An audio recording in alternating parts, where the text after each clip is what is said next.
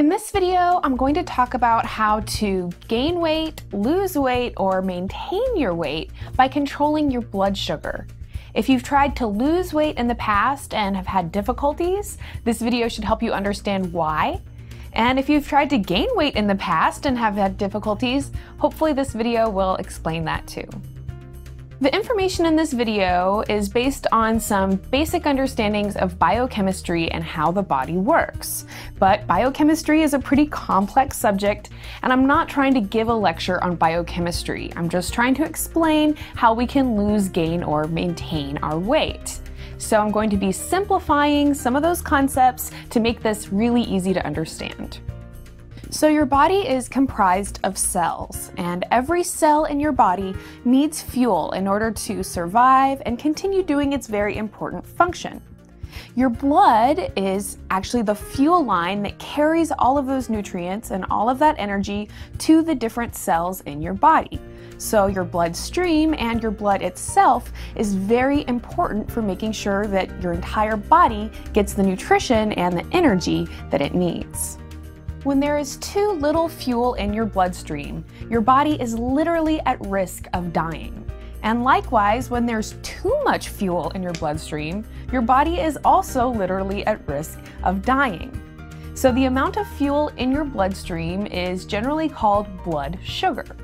And when there is too much sugar in your blood, they call that hyperglycemia. And when there's too little sugar in your blood, it's called hypoglycemia. So again, both hyperglycemia and hypoglycemia are life-threatening conditions, and the body goes to great lengths to regulate blood sugar and try to maintain the level of fuel in the blood. So the body responds in a certain way when your blood sugar is too high, and it responds in other ways when your blood sugar is too low. And it's these responses to your blood sugar that are the key to losing, gaining, or maintaining your weight. So it looks a little something like this. When your body's experiencing high blood sugar, your body releases a hormone called insulin. And insulin tells your cells to soak up that extra energy out of your bloodstream. When you're having low blood sugar, your body releases a hormone called glucagon. And glucagon tells your cells to start reaching into the fuel reserves. Now you'll notice these two things are really diametrically opposed. You have insulin on the one hand and you have glucagon on the other, and they really work like a switch. If glucagon is on or being released, then insulin is not. And if insulin is being released, then glucagon is not. So too much fuel or too high of a blood sugar is going to cause you to release insulin. Insulin tells you to store that excess energy as fat and is going to cause you to gain weight. Conversely, if your blood sugar is too low, you're going to release glucagon, and that's going to help you reach into your fat reserves and use the energy you already have, and it's going to cause you to lose weight. But again, you can't have both at the same time. You can't have low blood sugar and high blood sugar at the same time, and you can't have insulin and glucagon working at the same time. So essentially, it's impossible to lose weight while you're gaining weight, and vice versa. For the purpose of this video, we're going to say that there are 4 types of fuel that your body can burn. They are glucose, or sugar, glycogen, the starchy form of glucose, proteins, and fats. Now, in actuality, there are several different types of sugars, proteins, and fats, but this isn't a lecture on biochemistry, and we're going to keep it simple. Glucose is a basic sugar, and it's actually the primary form of fuel that your body burns. When you go to the doctor and they're testing your blood sugar, they're actually testing the amount of glucose in your blood. This is also why blood sugar might be called blood glucose. Now, glycogen is a starch, which is really just a string of glucose molecules all strung together.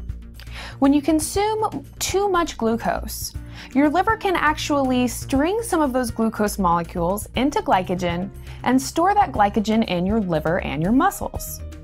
And this is really the immediate reserves. This is really the first barrier between you and low blood sugar. The immediate reserve that your body will start reaching into when your blood sugar starts getting too low. Proteins are the basic building blocks of every cell and every tissue in your body. Protein can be used for fuel in a pinch, but usually proteins are used to build and repair the cells in your body before they're used as fuel. Fats, like proteins, are also used to compose different cells and tissues in your body, like your brain. Fats are also used for the long-term storage of excess energy that may be found in your body and that needs to be stored and taken out of your blood. Now, this is extremely important because your body has really set up a hierarchy of fuel storage. It's kind of like having multiple fuel tanks. The first fuel tank is your blood itself. Now, at any given time, there's glucose floating around in your blood based on whatever the last thing that you ate was. And at any time, cells can pull glucose from your blood when they're in need of energy. The second fuel tank is the glycogen that is stored in your liver and your muscle tissues. The third fuel tank is your fat reserves. This is technically called your adipose tissue, and that's all of your extra padding. The fourth fuel tank is actually the proteins that are composing all of the tissues in your body. And in case of extremely low blood sugar, your body will actually start to metabolize those proteins and metabolize itself. So moving around, exercising, doing stuff is what burns fuel, and eating adds fuel. I know that seems ridiculously simple, but we still get questions all the time of people asking, what do I eat to lose weight? And what they're really asking is, how do I empty my fat fuel tank? Now, if eating is adding fuel, then you're not going to be able to lose weight by continuing to eat. But we're not telling you to starve yourself. Certainly there are some foods which contain more fuel than others. But the bottom line is, moving around is what burns fuel, and eating is what adds fuel. So what happens when you eat too much? Your blood sugar gets high, and your body releases insulin to help lower your blood sugar or your blood glucose levels by pulling some of that excess fuel out of your blood and sending it off for storage. Now, if you're exercising, then your second fuel tank, your glycogen fuel tank, won't be full, and your liver will be able to take that glucose, turn it into glycogen, and store it in your liver or your muscles. But if you aren't exercising, then that glycogen tank is going to be full, and it's going to go on to that next fuel tank, the fat fuel tank. This is when you're going to start growing more adipose tissue and actually becoming more overweight. This is the cause of weight gain. And what happens when your blood sugar gets too low? Well, if you eat a typical high-carb, high-fat diet like most Americans do, you're probably going to get one hell of a sugar craving. You'll reach for a soda or some Ho-Hos or a bag of chips, and that food will turn into glucose and replenish your blood sugar. But what happens if you can't find a McDonald's, or you get stuck at work for 5 hours and you can't take a break to eat a bite? This is when your body will release the hormone we discussed earlier, glucagon. And glucagon tells your body to start burning up those extra fuel reserves. So it'll go into the glycogen fuel that is saved in your liver and your muscle tissues. And it's this glycogen which is really saving and preventing your cells from starving at any given moment. If the demand for energy is high, as if you are exercising or doing something like that, then your body will actually start to metabolize fats and proteins for fuel as well. So now our chart looks something like this, and this is really all you need to know about weight loss and weight gain. So you'll notice in a high blood sugar situation, your body is really only burning up the carbs and sugars that are present in your blood, that very first fuel line. And it's only in a low blood sugar situation that your body even starts to dip into those excess fuel reserves. So your glycogen, your fat storage, and in cases of extreme starvation, even your muscle tissues. So if there is insulin in your bloodstream, you will not lose weight. And if there is glucagon in your bloodstream, you will not gain weight. If you spike your blood sugar before you empty your glycogen reserves with exercise, then that excess fuel is going to be turned straight into fat. And if your blood sugar goes low and you don't immediately binge on carbohydrates, then the glucagon is going to cause you to start reaching into those excess reserves and start burning fat and losing weight. So again, it's a switch, and switches say on or off, A or B. So it looks a little something like this.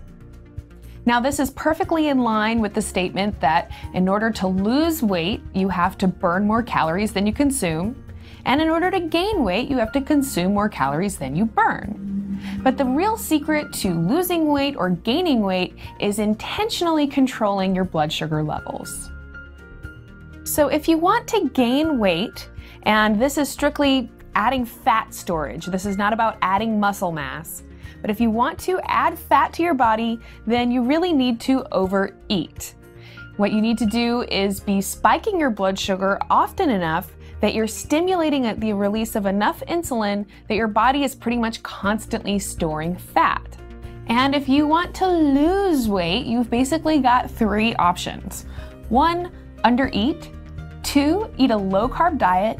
And 3, engage in fairly vigorous exercise. These are the 3 natural ways to stimulate your body's release of glucagon without drugs or hormone therapy.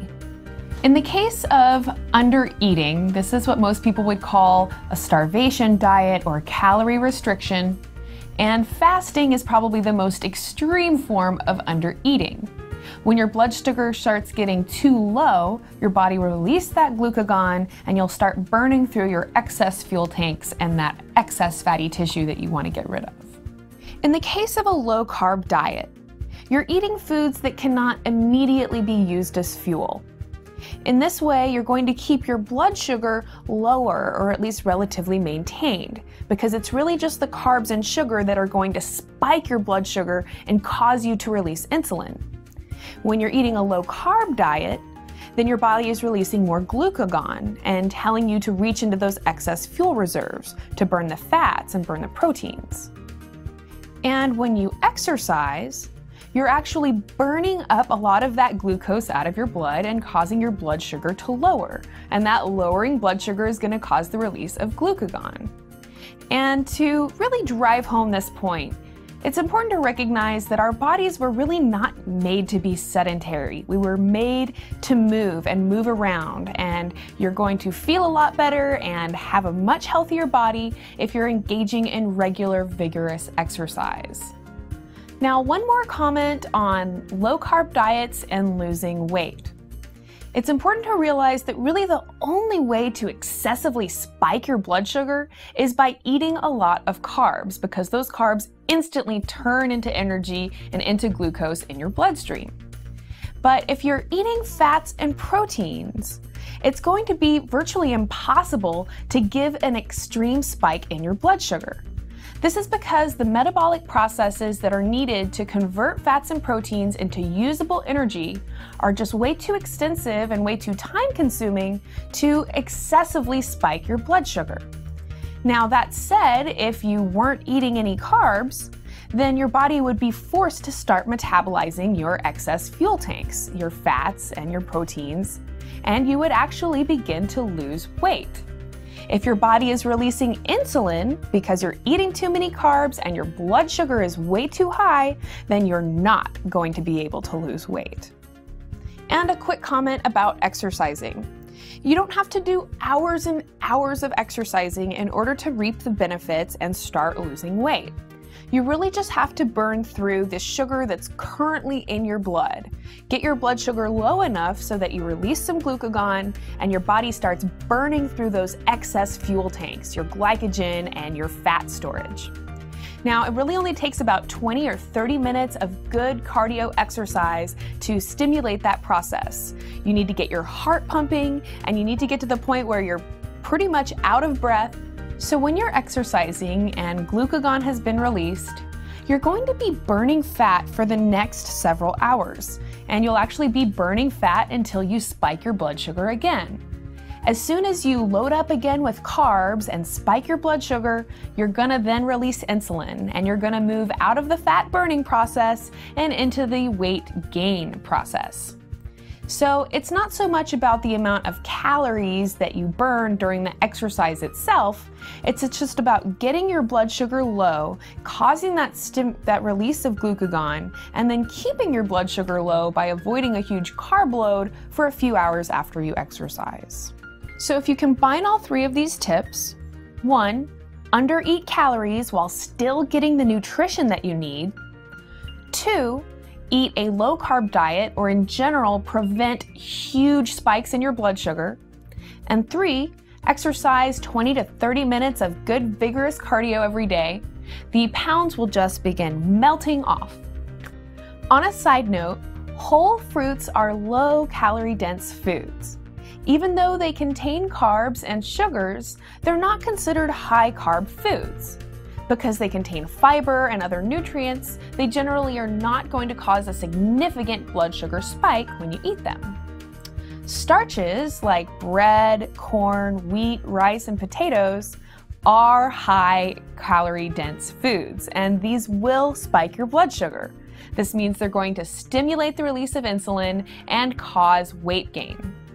If you're trying to lose weight, you want to avoid starchy foods and foods that contain refined sugar. But don't make the mistake of thinking that you can't enjoy colorful fruits and vegetables. And if you want to gain weight, you do the exact opposite. 1, overeat. 2, eat a high-carb diet. 3, don't exercise. By overeating, you ensure that you constantly have excess energy that's going to have to be stored as fat. And by eating high carb, you ensure that you'll be constantly spiking your blood sugar, constantly releasing insulin, and constantly gaining weight. And by not exercising, you'll be ensuring that your blood sugar never goes low enough to stimulate the release of glucagon, which would cause you to stop gaining weight and cause you to start burning fat. And if you are someone who is overweight, then this is probably exactly how you got there. Overeating, eating high carb, and not getting enough exercise.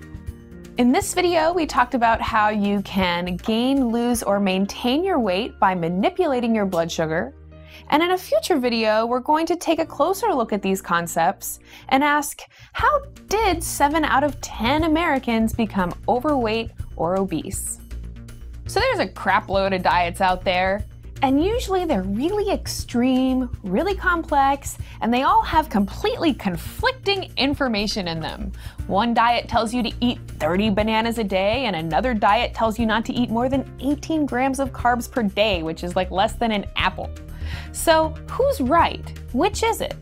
In a future video, I'm going to give you the one end-all be-all perfect diet that really could help anyone get healthy and lose weight. If you haven't done so already, I hope that you'll give me a thumbs up. And if you liked this video, please share it with your friends because they would probably appreciate this information as well. The typical American diet is a high-carb, high-fat diet. And to find out why this is a recipe for weight gain, you can check out my video, How Fast Food Equals Fat You. Would you believe that bite for bite, white bread actually contains more calories than ice cream? To find out how many calories are really in the foods we eat and what calorie density has to do with weight gain, check out my video on calorie density. If you've ever felt like you are addicted to certain foods or there are certain foods you just can't resist, you should check out my video, Fast Food Proven Addictive. Are we being fattened up just like farm animals? If you feel like the food industry is fattening you up, check out my video, Are We Fattened Up Like Farm Animals?